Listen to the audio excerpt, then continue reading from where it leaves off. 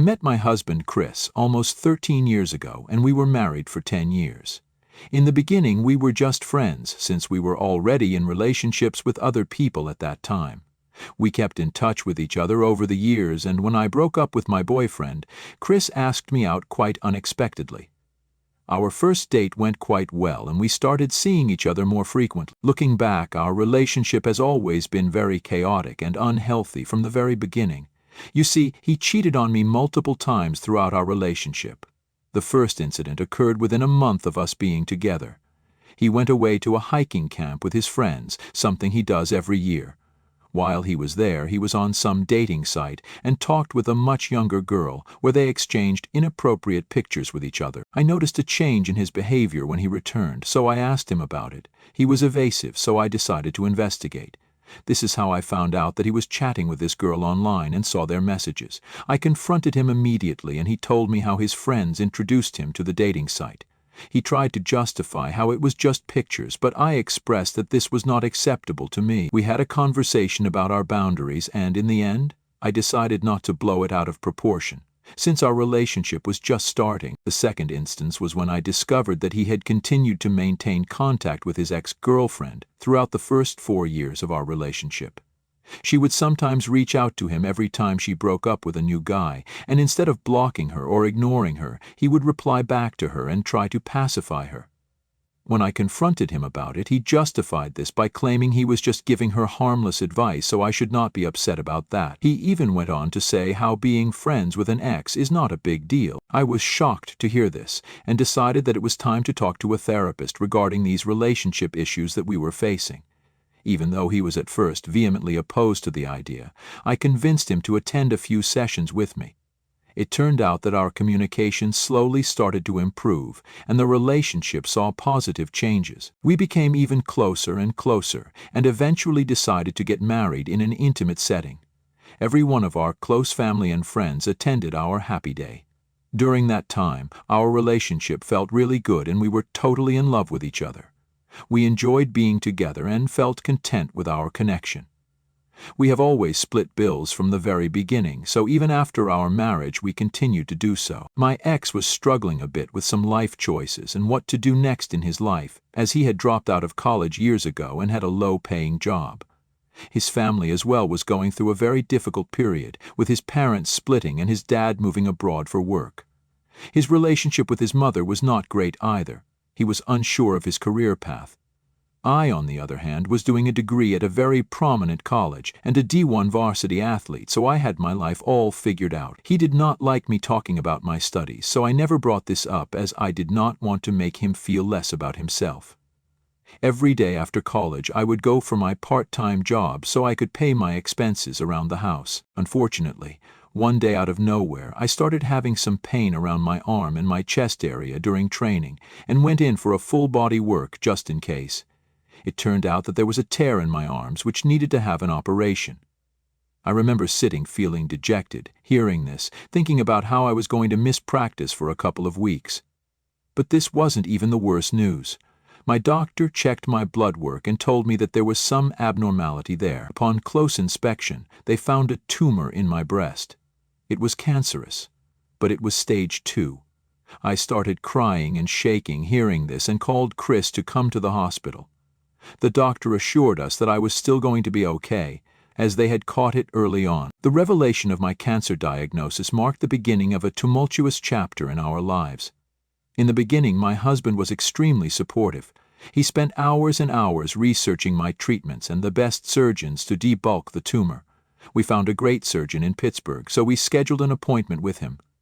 Meeting this doctor wasn't easy, but this was the best decision of my life, as he was quite experienced. He told me from the very beginning the risk of the surgery and that he may have to cut out some fat from my breast. My husband and I both didn't care, as long as I was going to be okay. I went into surgery, and the doctor spent 18 hours taking out the tumors from my breast. It was a successful surgery, and I remember my husband crying into my arms in joy. Our happiness was short-lived, as 3 weeks later, during our weekly test, we found the cancer returning. I collapsed in shock, as I thought that we had got it in control. My husband was proactive and spent countless hours with the doctor, talking to him and coming up with a game plan for my recovery. The treatment journey was arduous, filled with the harsh realities of chemotherapy, surgery, and the emotional toll of facing mortality. The toxic substances coursing through my veins were difficult to live with. During treatments, my husband and I found solace in the simplicity of companionship. Through the nausea, the hair loss, and the moments of despair, he stood by my side, offering solace and unwavering support. Our bond deepened as we navigated the uncharted waters of sickness together. The surgery to remove the tumor again was a pivotal moment. I was clearly informed by the doctor that this time they would have to remove my entire breast. I told my doctor that I had been thinking about it, and that I wanted to remove both of my breasts. My husband and the doctor were shocked to hear this. My husband started to convince me that the tumor was only in my left breast, so I didn't have to remove my right, but I knew that I never wanted to go through this ever again in case the cancer spread to my right breast. As long as I had breasts, I knew that I would have to live with the fear that I might get this cancer back someday, and this terrified me. Obviously, I was angry and upset about it, but I knew that this was what I wanted. My husband was beyond upset, but this was not his decision to make. He tried to convince me several times before the surgery, but I stuck by my words. On the day I went in for the surgery, my husband started to cry and begged me, saying that I didn't have to do this, but I told him that I needed to put myself first, so I was okay with my decision. Thankfully, the surgery went well. The prognosis, fortunately, was also optimistic, and as I emerged on the other side of treatment, I carried not only the scars of surgery, but also a renewed sense of self and an appreciation for the fragility of life. My parents, who had been dreading that there would be more bad news, finally had a chance to rejoice. I was officially cancer-free. Throughout this time, the only thing that had changed was my husband. He wouldn't look me in the eyes and could only speak in short words. I couldn't figure out what was wrong. It was like he had changed during the whole process, and it left me feeling confused and hurt. He started picking fights with me for no apparent reason.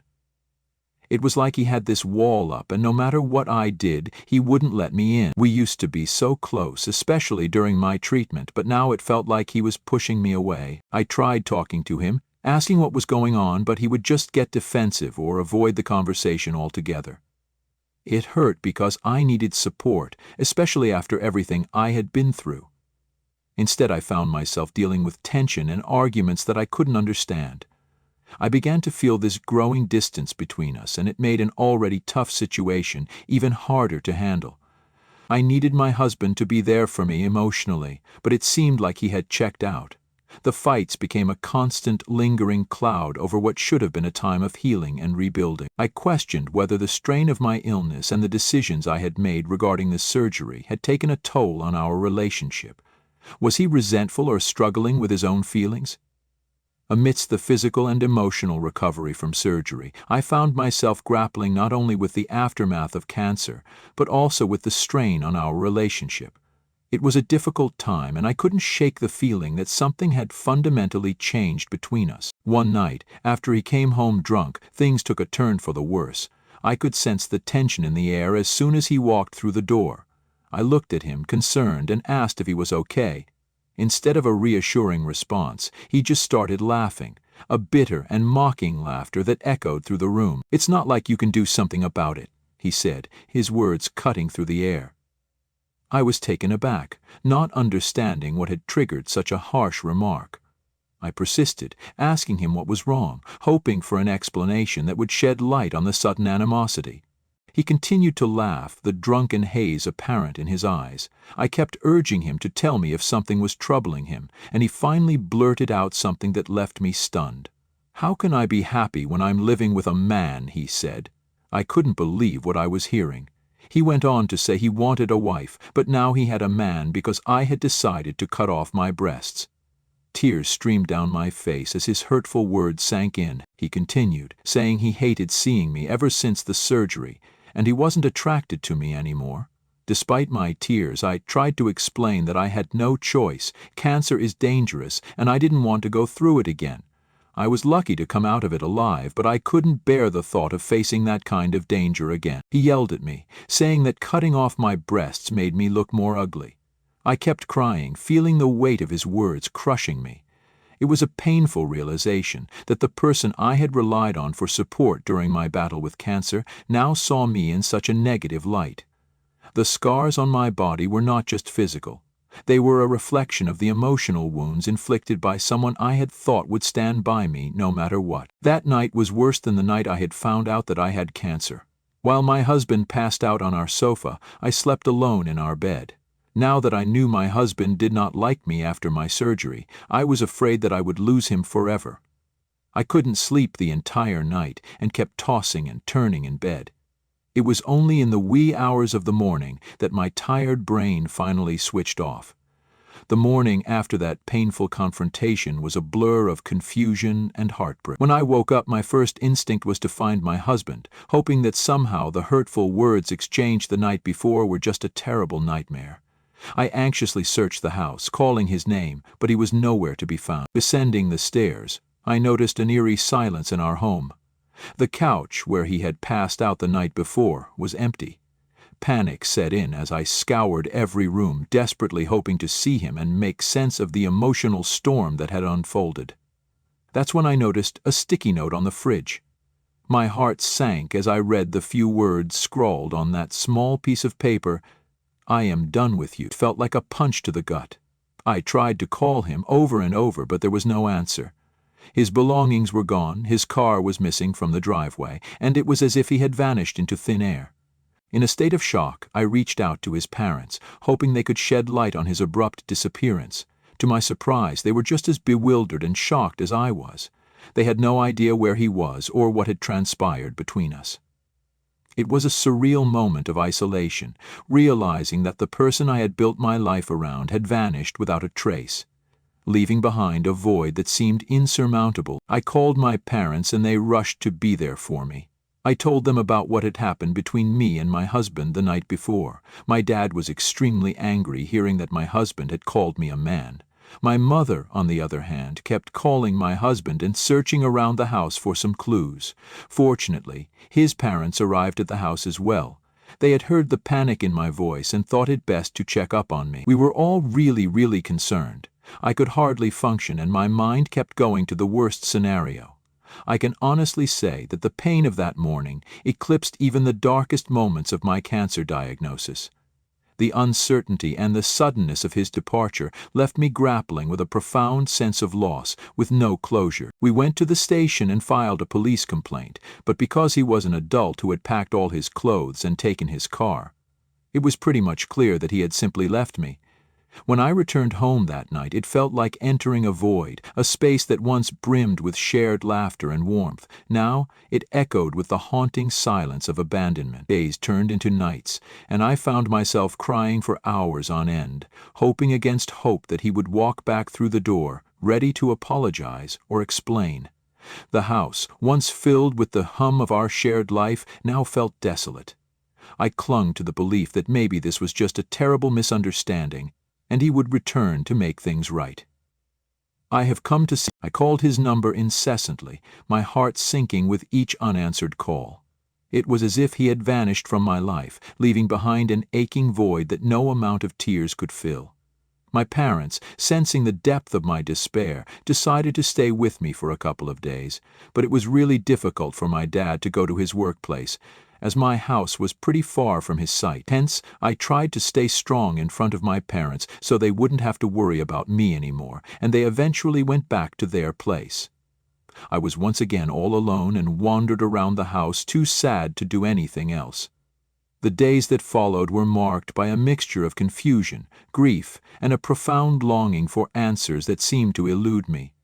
I couldn't believe that my husband of 10 years had vanished from my life without any explanation. Eventually, I decided that I had enough. As much as I was grieving, I wanted to get back into training and started doing online college classes so I could graduate. There was a lot of therapy, crying, and mental breakdowns, but I knew that I had to keep going forward. I was asked out by a couple of men and tried to go on a few dates, but I just couldn't get my husband out of my mind. Since then, I have graduated with 2 degrees and have secured a great job. I have healed a lot through therapy and worked hard on myself to become better and stronger. I met Paul while we were working. He was a client of mine and I was never looking to date him. But throughout the time we worked together, I could see that we both were attracted to each other. After our contact was done and he was no longer a client, Paul surprised me by asking me out. I was flattered and eventually tried to decline his invitation, saying that I wasn't looking to date anyone, but he insisted on us going out for a coffee at least. That one meeting with Paul turned out to be a turning point in my life. Over coffee we talked about our pasts, our dreams, and the challenges we had faced. It was refreshing to be around someone who listened without judgment, and I felt a connection that I hadn't experienced in a long time. Slowly, Paul became a source of strength and support, helping me move beyond the pain of my past. We shared laughter, dreams, and hardships. As our friendship blossomed into something more, I realized that there could potentially be a future with him. Paul's kindness, understanding, and genuine care helped me rebuild my trust in love. With his encouragement, I continued therapy, addressing the lingering scars and insecurities. It wasn't an easy journey, but his unwavering support made it less daunting. I realized that I was slowly but surely falling in love with him. When I first came to this conclusion, I remember feeling so guilty about it that I called up my mother and started to cry to her. My mother comforted me, assuring me that seeking happiness was not wrong, especially considering my husband had been absent for so many years without any contact. Taking my mother's advice to heart, I decided it was time to face the reality of my marriage. I reached out to my husband's family, who had always supported me and kept in touch with me. We had a tearful conversation where I explained my decision to divorce my missing husband. They understood that this step was necessary for my own well-being, as they had witnessed the painful journey I had endured. I met with a lawyer to navigate the legal process of divorcing someone who had been absent for so long. The lawyer explained the concept of a default divorce, a way to end a marriage when one party has essentially disappeared for years. It was a step toward closure, a necessary formality to officially and legally move on from this marriage. It took a bit of time, but eventually I was legally divorced from my husband. It was done and dusted, and I was confused about how I felt. On the one hand, I was legally single after so long, but on the other hand, I still felt guilty for divorcing my husband. Nevertheless, I decided to focus on my career and my relationship with Paul, who had been sweet and supportive to me throughout all this. Over the last 1.5 years, we have grown closer and closer. Paul is unlike anyone I have ever known. He makes me laugh in a way that reaches deep into my soul. His love is unabashed and genuine, and he never hesitates to show the world how much he cares for me. I have found an unfiltered happiness with him that has made me forget the pains of my past. My parents, who had been through the highs and lows with me, adore him as well. In Paul, I have discovered a partner who embraces me for who I am, scars and all. So when Paul decided to propose to me 3 months ago, I was over the moon with joy. It was a beautiful moment, one that felt like the perfect culmination of the love and support we had built together. As he got down on one knee, my heart raced with excitement, and the tears that welled up in my eyes were tears of happiness and gratitude. When I said yes, it felt like a declaration of not just love, but also of triumph over the challenges I had faced in the past. I couldn't wait to spend the rest of my life with Paul, the man who had brought light into my life. With the engagement ring sparkling on my finger, I couldn't contain my excitement. I immediately called my parents to share the wonderful news. Their joy mirrored mine, and we celebrated the upcoming union with laughter and tears of happiness. Paul and I wasted no time in starting to plan our wedding, excited about the prospect of building a life together. The venue, the guest list, and the details of the ceremony became shared endeavors that strengthened our bond. Today is the day I am about to get married to the man of my dreams. This is supposed to be a happy day, but here I am sitting in the washroom and crying as I type this. You see, the morning started pretty much normal. I spent the night at my parents' place, as the bride and groom were not supposed to see each other before the wedding. Me, my mom, and the rest of the bridesmaid squad got ready at the house and drove to the venue. While I was busy with photo shoots with my bridesmaid, I watched my ex-husband's mom enter the venue. She looked around and spotted me. I gave her a polite smile and she waved back. She then walked towards my mother and started whispering something to her. I watched both of them head to a corner, furiously whispering to each other. 10 minutes later, my mother approaches me in the middle of the photo shoot and tells me that she has something to tell me urgently. I looked at her, and I knew something was wrong. I excused myself in front of everyone, with the pretense that I needed to go to my room and get a touch-up. My mother's face wore a solemn expression as she locked the door behind us. Immediately sensing something was amiss, I asked her if something had happened to Paul, my heart pounding with fear. She shook her head, and with a grave expression she motioned for me to sit down. Taking a deep breath, I settled into a chair, my eyes fixed on my mother. I felt a knot of anxiety forming in my stomach as she began to speak. She told me that very morning my ex-mill had received a call from my ex-husband, Chris. My eyes widened in shock as I struggled to comprehend the words she had uttered. My mother continued, saying that apparently Chris was alive and well. He was currently living in Canada and had been concealing his whereabouts from everyone, including his parents. The revelation hit me like a physical blow. My mind had stopped functioning as I grappled with the shocking information. My mother told me that his parents were as blindsided as I was, having had no inkling of his relocation. Only his older sister had been privy to this secret, as he maintained a close relationship with her. The reason Chris had reached out to his parents was because he had found out that I was getting married and wanted to finally tell me the truth. He had apparently tried to call me several times, but my number has changed over the years, so then he tried to call my mother, who had left her phone back home. As a last attempt to reach me, he had called his parents and told them the truth. Understandably, his parents are furious at him for vanishing from everyone's lives without a trace or an explanation. His mother had begrudgingly approached my mother and told her the truth, as she felt I needed to know everything before getting married, just in case. Hearing the news, I felt a lot of emotions: disbelief, anger, and a strange sense of relief that my ex-husband was alive. My legs are trembling, and I have since been crying while everyone is waiting for me so we can proceed with my wedding. I am still confused as I am writing this. I don't understand why Chris waited so long to tell me the truth. Why didn't he just divorce me and leave me like a normal person? All these questions are going on in my head when I should not even be thinking about my ex-husband on my wedding day. I would just like to know, am I the a-hole for getting married to another man and not having tried harder to find my ex-husband? Update 1. Thank you everyone for your hundreds and hundreds of comments. I guess pretty much everyone agrees that I am not the asshole here. Despite some of your speculations, I did go through with my marriage with Paul, obviously, as I am completely in love with him and no one can stand in our way.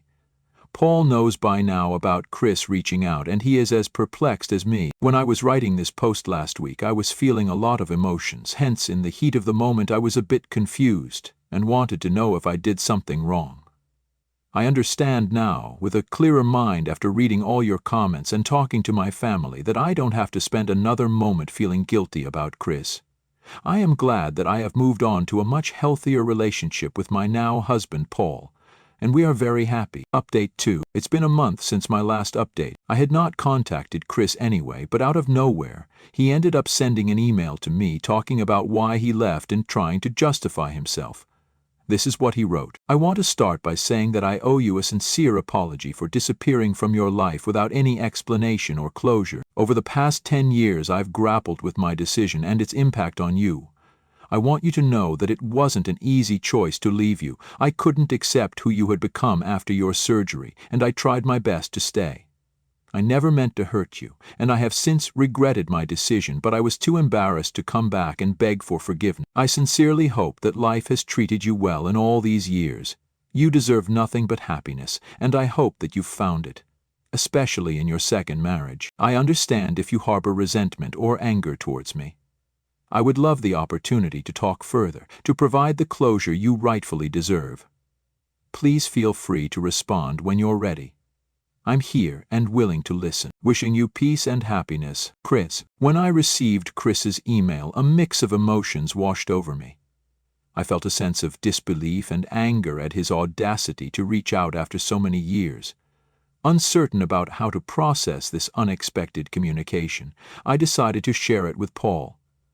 We read the email together again, acknowledging that it was extremely odd for Chris to write this email to me, even though I have chosen to not engage with him. We both agreed that engaging with Chris would not serve any positive purpose in my life, so I did not reply back and simply blocked his email address. I have also talked to my parents about it and they understand my stance. With this decision, I have found a renewed sense of closure from my past. Update 3. It's been 5 months since my last update, and life has been on a positive trajectory. Since blocking Chris, there's been no attempt at contact, allowing me to focus on the wonderful developments in my life. Recently, I discovered that I'm pregnant, and I couldn't be happier to share this joyful news. I can't wait to be a mother and meet my baby soon. The anticipation of this moment has been a long time coming, and Paul shares in the excitement. I wanted to share this happy update with everyone in case any of you were still looking for an update. The unexpected joy found in Paul's company has shown me that life has a way of surprising us with new beginnings, even when we least expect it, and everyone deserves to find this kind of happiness one day.